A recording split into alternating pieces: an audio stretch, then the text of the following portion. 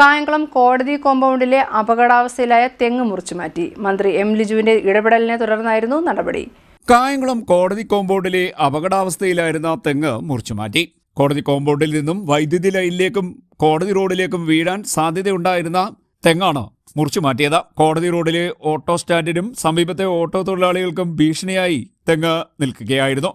കഴിഞ്ഞ ദിവസം KSRTC bus സ്റ്റാൻഡിലെ മതിൽ ഇടിഞ്ഞു വീണ സ്ഥലം സന്ദർശിക്കാനെത്തിയ മന്ത്രി എം ലിജുവിന്റെ ശ്രദ്ധയിൽ ഓട്ടോറിക്ഷ തൊഴിലാളികൾ ഈ വിഷയം കൊണ്ടുവന്നിരുന്നു. നിരവധി തവണ പരാതി നൽകിയിട്ടും അപകടാവസ്ഥയിലായ തെങ്ങ് മുറിച്ചുമാറ്റാൻ നടപടിയുണ്ടായില്ല എന്നായിരുന്നു പരാതി. തുടർന്ന് മന്ത്രി ബന്ധപ്പെട്ട ഉദ്യോഗസ്ഥർക്ക് അടിയന്തരമായി സ്ഥലം പരിശോധിച്ച് അപകടാവസ്ഥയിലുള്ള തെങ്ങ് മുറിച്ചുമാറ്റാൻ നിർദ്ദേശം നൽകി.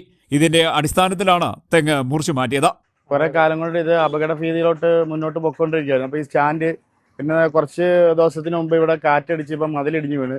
പിന്നെ ഇത് ഒരു 2-3 ദിവസത്തിന് മുമ്പ് ഓട്ടോയുടെ മേളിലൊരു തേങ്ങ വീണായിരുന്നു, ഒരു പച്ച തേങ്ങ വീണു. അപ്പോൾ ഇത് ഇവിടെ പോകുന്ന ആൾക്കാരുടെ ജീവന് ഭീഷണിയായിട്ട് വരുമെന്നുള്ള രീതിയിൽ മന്ത്രി കയറി അത് ഇടപെട്ട് മന്ത്രിക്ക് നിവേദനം കൊടുത്ത് മന്ത്രി അതിൽ കയറി ഇടപെട്ട് അതിൻ്റെ വേണ്ട രീതിയിൽ കാര്യങ്ങൾ ചെയ്ത് കളക്ടറേറ്റിൽ നിന്ന് ആൾക്കാർ വന്ന് അതിൻ്റെ കാര്യങ്ങളെല്ലാം തിരക്കി ഇന്ന് വേണ്ട രീതിയിൽ അത് തെങ്ങ് മുറിച്ച് അതിന് വേണ്ട രീതിയിലുള്ള നടപടികൾ സ്വീകരിച്ചു. CDNet news Kayamkulam.